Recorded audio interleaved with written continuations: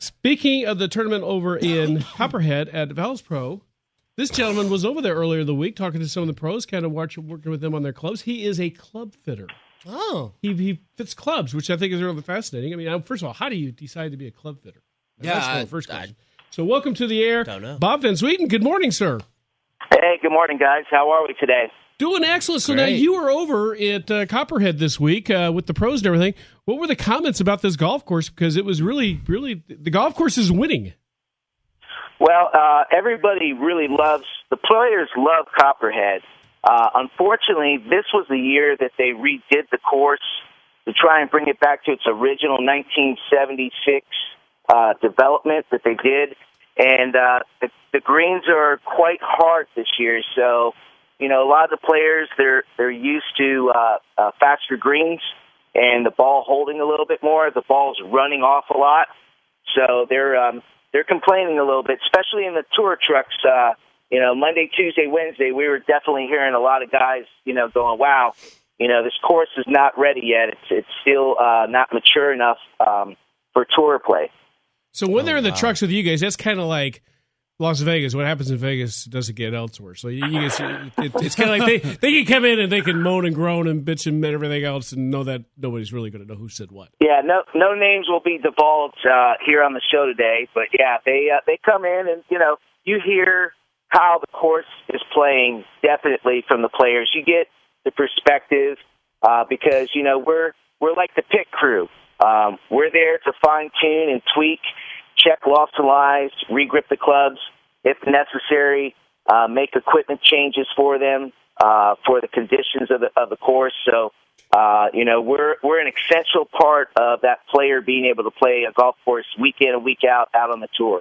So we're on the phone with Bob VanSweden. He's a club fitter. So, Bob, I got to ask, when I showed up at the steps of the University of Houston, I did not see the club fitting degree. So where and how how did you get in kind of where did your interest get piqued, and when did you think, hey, I can make a living doing this? Well, I'm a former roadie. I used to do band security, and then I was a road manager for a lot of bands back in the 80s and early 90s. And I got really burned out being on the road all the time, and I met my wife, and I wanted to kind of settle down. And I had a great run. I did it for almost 10 years out on the road, working for, some pretty big bands at the time. What were some of the bands? I worked with Extreme, Bryan Adams. I worked with Def Leppard. I worked with Bon Jovi some. I worked I worked with a lot of bands. Mr. Quite a few acts back in the 80s and in the early 90s. See, Mr. Little trivia. They're from Fremont, Nebraska. Huh.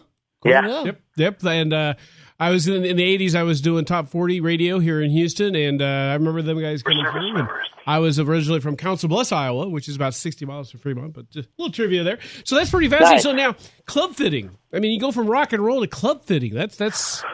Well, I started playing a lot of golf because I had some time off. I saved up enough money. I really didn't have to work for 2 or 3 years if I didn't want to. If I watched my money, and I was pursuing my wife pretty heavily, and so I started hanging out in this little golf shop. And one day he was really busy in the back doing grips and stuff. And I said, "You know what? Go ahead and finish doing that. I'll talk to these people, keep them occupied for you." Next thing you know, I sold 2 sets of clubs to the husband and wife. It was fun. I wasn't dragging, groupies out of hotel rooms at 3:30 in the morning. So it was a better alternative for me. Better hours too. Yeah, and I've always been fascinated, with some kind of a job where it takes some skill and it's also an art. I mean, club fitting and club repair, it's an art form, to an extent. You have to really know what you're doing, and it's definitely a craft that you have to learn. So I've been at it for this February was my 24th year in business for myself. 25th year I've been in the golf industry. So I'm definitely not the new kid on the block, so to speak, doing this. I've had a great run, and I continue to do it, and I think I'm going to continue to do this into my late 70s if the dear Lord lets me. Well, that's fantastic. Now, one of the things that perked our interest in getting you on the phone was you just got hired by John Daly to fit him for his clubs as he's getting ready to enter a whole new world of golf. In that he's going to debut here in Houston at the Insperity on the Tour of Champions. Right. Yeah. So I've worked on and off with John for probably the last 8 years. He about 8 years ago he started to date a girl that lives down in this area, and so he decided to come down to Florida. And he's been hanging out in the Clearwater, St. Pete area for that time, on and off when he's not on tour or when he's not back home in Arkansas.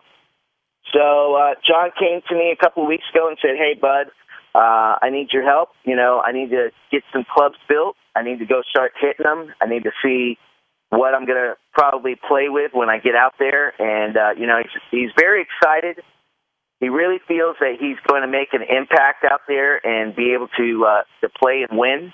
And I got to tell you guys, I've been watching him hit some, and he looks like the old John Daly when he's hitting. Man, he's hitting long, and he's putting really well right now. And we've tested out I've built 5 to 6 sets right now for him, and he's narrowing it down to to 2 sets right now. They're tailor-made sets. One is a PSI forged, and the other one is the RSI TP forged with the UST nunchuck shafts in them. And he really likes the way that they're feeling. He texted me yesterday morning at 5:30 going, "Hey, man, I need to come see you today. We got to tweak a few things." And I was booked up with a lot of fittings, but hopefully he's going to be showing up here in the next hour and a half, and we're going to do a little bit of loft and lie checks, and then I'm going to send them out to the range to look at the distances and see if they're right. Cool. Now, I got to ask, as a club fitter, you work with any clubs?